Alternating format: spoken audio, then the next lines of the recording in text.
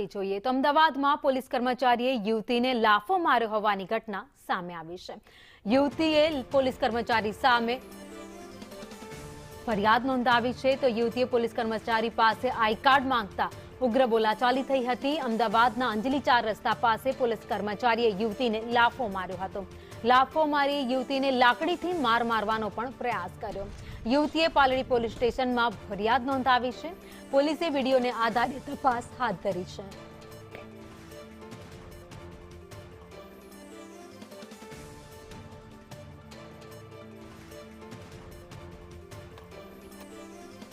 તો ખાખી વર્દીની દાદાગીરીનો આ વિડીયો જે અત્યારે અમદાવાદમાંથી પણ સામે આવ્યો છે, જ્યાં આ વર્દીમાં દેખાતો પોલીસ કર્મચારી તમે દ્રશ્યોમાં જોઈ શકો છો કે એક મહિલા જોડે પહેલા બબાલ કરે છે અને ત્યારબાદ તેને લાફો મારી દે છે।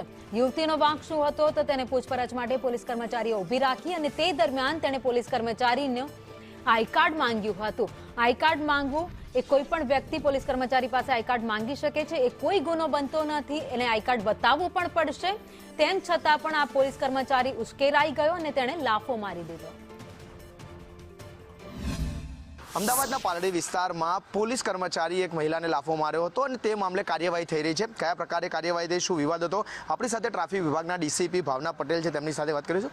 અમે એક વિડીયો વાયરલ થયો, ત્યારબાદ પોલીસ કર્મચારી વિરુદ્ધ કાર્યવાહી કરવામાં આવી। મામલો શું હતો અને શું કાર્યવાહી? કોન્સ્ટેબલ એક મહિલા ટ્રાફિક સિગ્નલનો ભંગ કરતા જતા હતા, તે દરમિયાન તેઓને હેડ કોન્સ્ટેબલ દ્વારા ઊભો રાખવામાં આવતા હેલ્મેટ પર પહેરેલ ન હોય તે બાબતે થોડી બોલાચાલી થયેલ। ત્યારબાદ મહિલાએ એમનું આઈ કાર્ડ માગતા આઈ કાર્ડ આપેલ અને ત્યારબાદ એ આઈ કાર્ડ તેઓએ ફેંકતા પોલીસ કોન્સ્ટેબલને થોડો ઉશ્કેરાટ મળી ગઈ। આ દરમિયાન પણ તેઓ લોકો વચ્ચે બોલાચાલી થયેલ હતી। જે પોલીસ હેડ કોન્સ્ટેબલ હતા તેમને તાત્કાલિક ફરજ મોકૂફ કરવામાં આવ્યા છે, કારણ કે તેમણે મહિલા ઉપર હાથ ઉપાડ્યો હતો। બીજી તરફ જે મહિલા હતા તેમના વિરુદ્ધ પણ ટ્રાફિકમાં નિયમન બદલ, એટલે કે જે સરકારી કામગીરી હતી પોલીસ વિભાગની, તેમાં અડચણ ઊભી કરવા બદલ તેમના વિરુદ્ધ પણ ગુનો નોંધવામાં આવ્યો છે। અને મહિલા વિરુદ્ધ જે હકીકત સામે આવી છે કે તેને અગાઉ પણ મહિલા પોલીસ કર્મચારી સાથે જે ઘર્ષણ કર્યું હતું તેને લઈને પણ તપાસ થશે અને જો આવા કોઈ કર્મચારી સામે આવશે તો આગામી સમયમાં વધુ કાર્યવાહી પણ પોલીસ કરી શકે છે।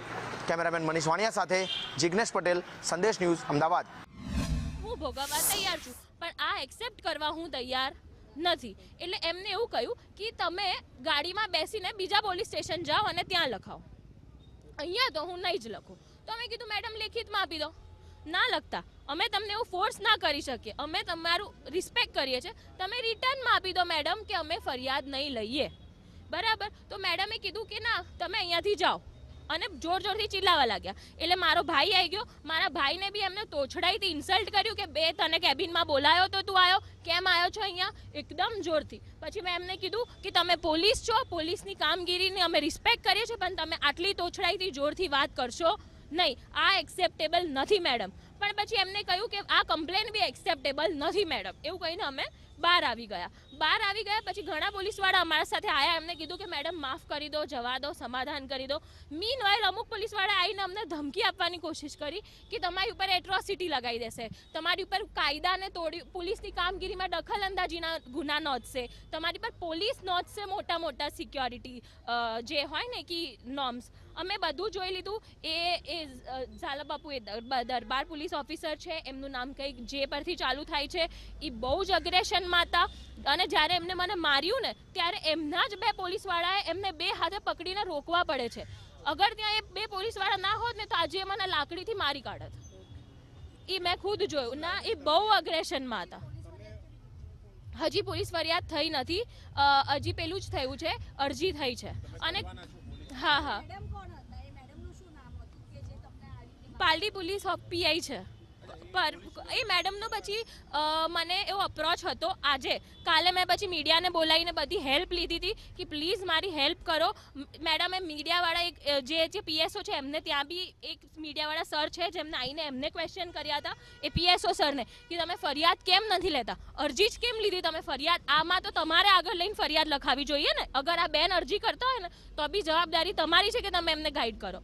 પણ એ બધું કંઈ થયું નહીં અને પછી આજે મેડમ અપ્રોચ કરે છે કે તમારે ફરિયાદ લખાવી હોય તો તમે આઈને લખી જજો, અમે લેવા તૈયાર છીએ।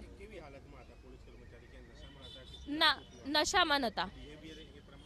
બિહેવિયર એમનો બહુ ટોક્સિક હતો અને એ બહુ ડેન્જરસ હતો. એક ફિમેલ માટે તો એ બહુ ડેન્જરસ હતો. તમે વિડીયો ઝૂમ કરીને જોજો, એમનો જે ગુસ્સો હતો, એમનો જે એ લાકડી તરફ દોડીને હાથ આમ કરીને નીચેથી ઉપાડીને એ એમના જે એંગરના એ જે બધા કહેવાય ને કે સિમ્ટમ્સ હતા, એ કોઈક સાયકોલોજીકલ ડિસઓર્ડર કહી શકાય આપણે, કે એટલા ગુસ્સે થઈ ગયા હતા ઓન ધ ટાઈમ કે એમને એવું હતું કે હું મારી જ દઉં. કોઈ કેદી ગુનેગારને કેવું એ મારવા માંગતા હોય એવું એમને મારી ઉપર આક્રોશ આવી ગયો હતો. હું એટલું કહું છું કે એ એવું કહે છે કે તમે એવું કંઈ બોલ્યા, તમારું કંઈ એવું બોલવાનું હતું, પણ હું એવું કહેવા માંગુ છું, હું એવું બધાને પૂછવા માંગુ છું, એવું તો શું બોલ્યા હોય ને એટલું બોલવામાં તો એમને શું લાગી આવ્યું કે એમને હાથ ઉપાડવો પડ્યો.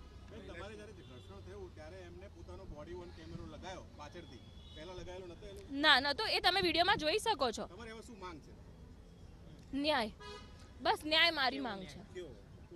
જસ્ટિસ, કે આમાં જે પોલીસ નિર્ણય લે ને સમાજના હિતમાં, બધાના હિતમાં, બધી જ છોકરીઓના હિતમાં, એક હું નહીં, મારી માટે ન્યાય નહીં જોઈએ તો મારે ઓવરઓલ બધી ફિમેલ્સ માટે ન્યાય જોઈએ છે. બધી એ છોકરીઓ માટે ન્યાય જોઈએ છે જે બોલી શકે. આજે હું આટલું માર ખાધા પછી બી તમારી સામે બોલી શકું છું.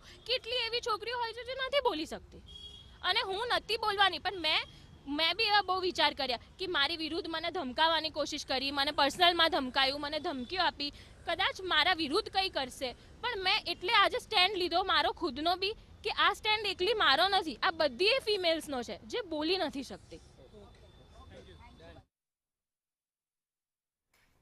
તો ફરિયાદી મહિલા જેના ઉપર હુમલો કરવામાં આવ્યો હતો, પોલીસ કર્મચારીએ જેને લાફો માર્યો હતો, તેનું કહેવું છે કે ન્યાય મળવો જરૂરી છે. જો કે આ સમગ્ર મામલે કોંગ્રેસના નેતા નયનાબા જાડેજાએ પણ નિવેદન આપ્યું. શું કહ્યું સાંભળીએ.